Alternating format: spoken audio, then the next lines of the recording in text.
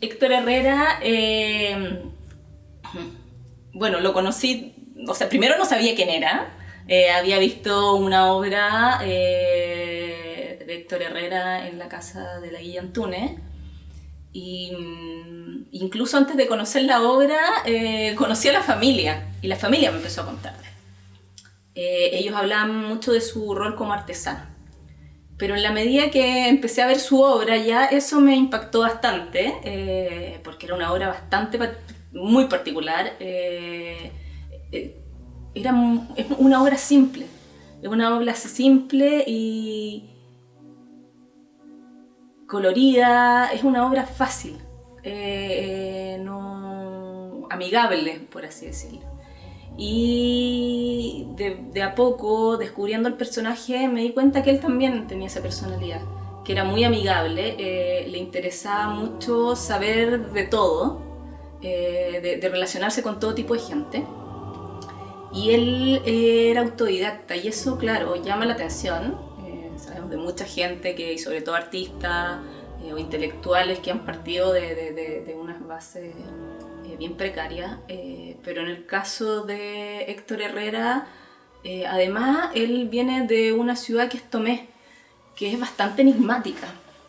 Es en los tiempos en que vivía Herrera ahí era un pueblo, y tenía que funcionaba principalmente la economía del pueblo en torno a las fábricas de paño.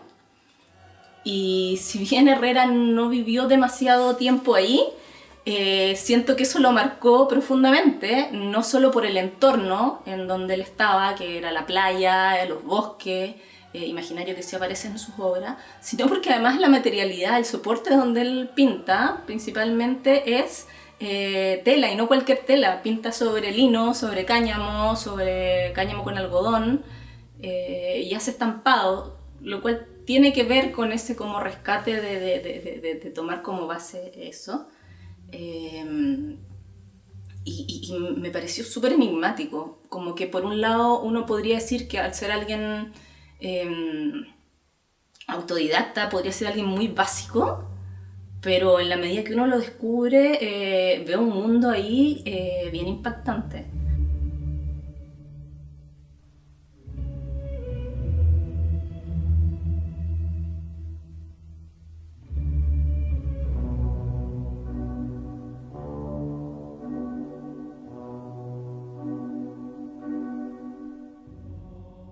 El motivo pictórico en la obra de Héctor Herrera es la naturaleza, ¿no?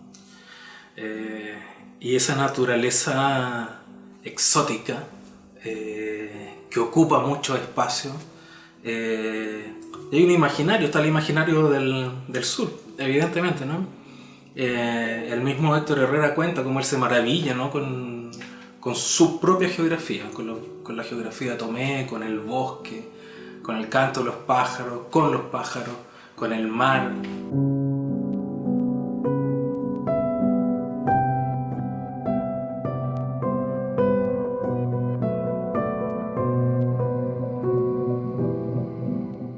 Hablaría de mi padre, que es una persona que se hizo a sí misma, ¿ya?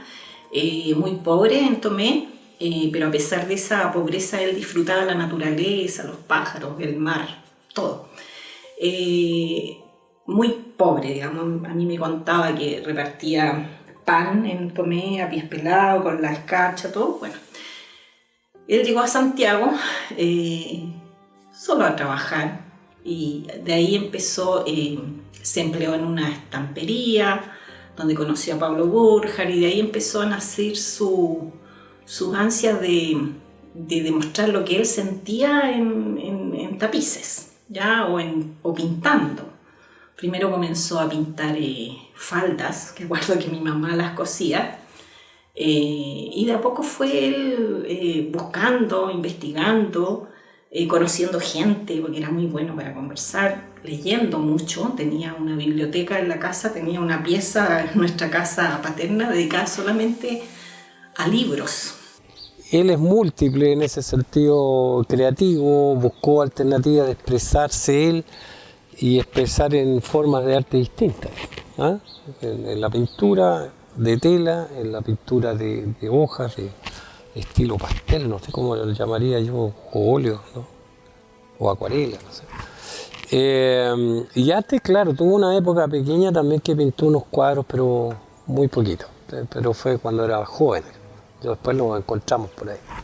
Así que yo diría como recordarlo como bueno, el pajarero es buen tema porque generalmente la mayor parte de su obra está en los pájaros, en los múltiples pájaros que pintó, digamos. Y también está reflejado en la ola de Neruda.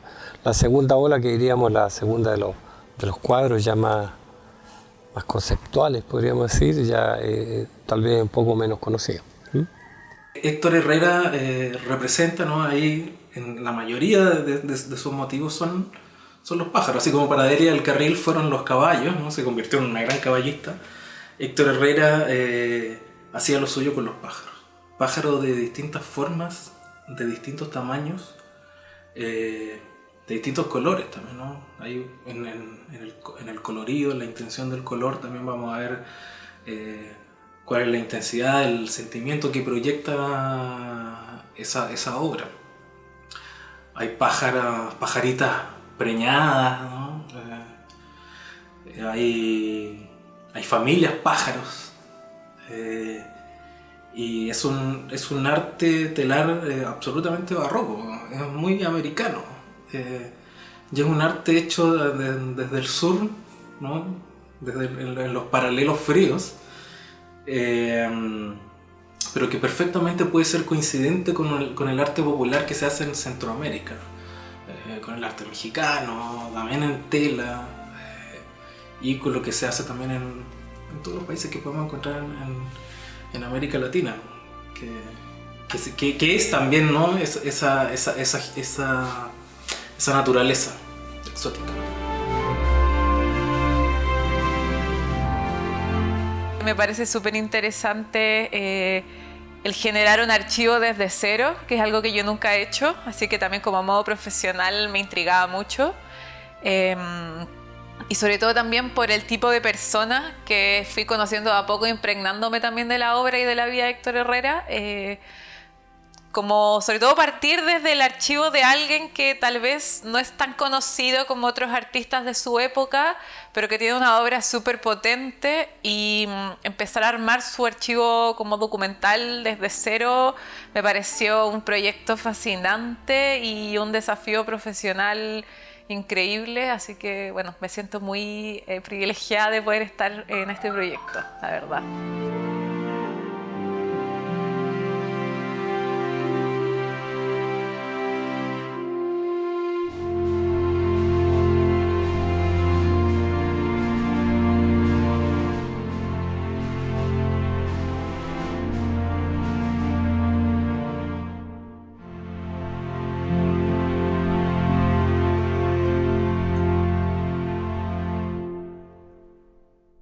Ha sido un trabajo sentimental fuerte, arduo, así que agradezco que tengamos el apoyo de este grupo que se llama El Pajarero, los que están haciendo el archivo.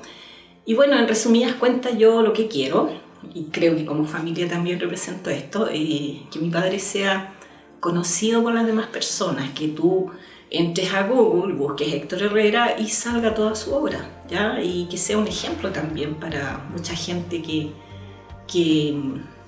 sin nada logra hacer algo tan grande como hizo mi padre, ser un artista bien reconocido mundialmente, porque yo me acuerdo mucho de que era mucha gente extranjera le iba a comprar trabajo y lo admiraban, lo querían mucho porque era muy sensible, o sea, muy sencillo y sensible además.